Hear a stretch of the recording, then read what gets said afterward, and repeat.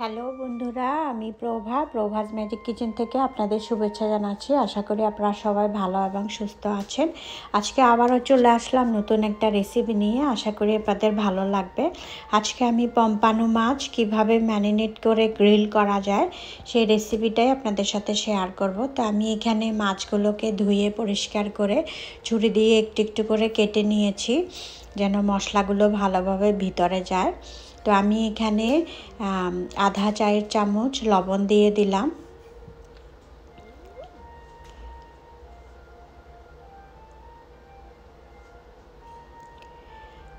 এক চায়ের চামচ গুঁড়া মরিচ, এক চায়ের চামচ আদা গুঁড়া, এক চায়ের চামচ হলুদ,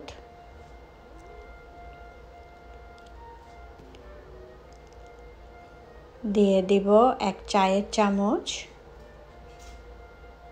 রসুন গুঁড়া,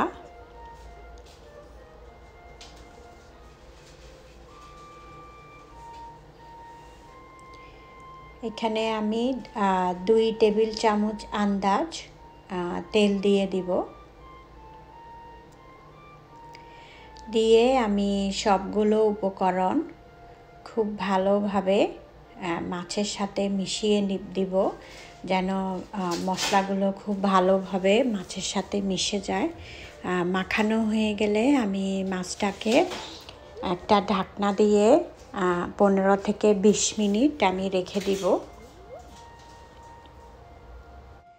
বন্ধুরা, ভিডিওটি যদি ভালো লাগে অবশ্যই সাবস্ক্রাইব করে আমার চ্যানেলের পাশেই থাকবেন, তাহলে আপনারা নতুন নতুন ভিডিও দেখতে পাবেন। এইভাবে মাখানো হয়ে গেলে আমি আপনারা এই মাছটাকে আধা ঘন্টাও রাখতে পারেন, বা যদি আগের দিন মাখিয়ে রাখা যায় সেক্ষেত্রে আরও ভালোভাবে ভিতরে মাছের ভিতর মশলাগুলো যাবে। তো এইভাবে যদি আপনারা মাছ ভাজিও করতে পারেন।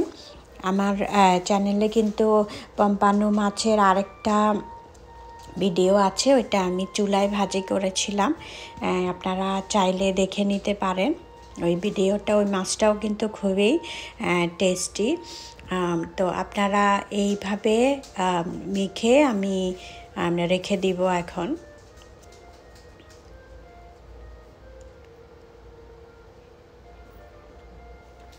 সো 20 মিনিট পরে আমি ফিরে আসব। এভাবে মাছটাকে আমি গ্রিলের মধ্যে দিয়ে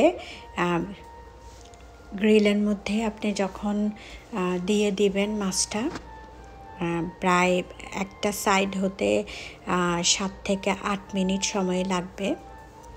এভাবে মাছের একটা ট্রে আছে, সো দুইটা মাছই আমি একবারে ট্রের মধ্যে দিয়ে 2 পাশ ভালো করে আটকিয়ে আমি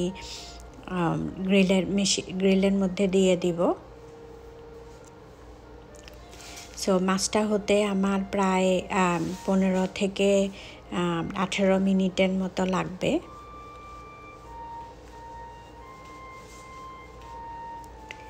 এভাবে আমি উল্টিয়ে 2 সাইড ভালো করে ভেজে নিব। দেখুন মাছটা কিন্তু হয়ে গেছে, মিডিয়াম জাল থাকবে এটা। এই মাছটা কিন্তু খেতে খুবই ভালো, আপনারা একবার ট্রাই করতে পারেন। সো হয়ে গেল আমার পম্পানো মাছ গ্রিল। যারা এতক্ষণ আমার চ্যানেলের সঙ্গে ছিলেন তাদেরকে অনেক অনেক ধন্যবাদ। আবারও দেখা হবে নতুন কোনো রেসিপি নিয়ে। ততদিনে ভালো এবং সুস্থ থাকবেন সবাই।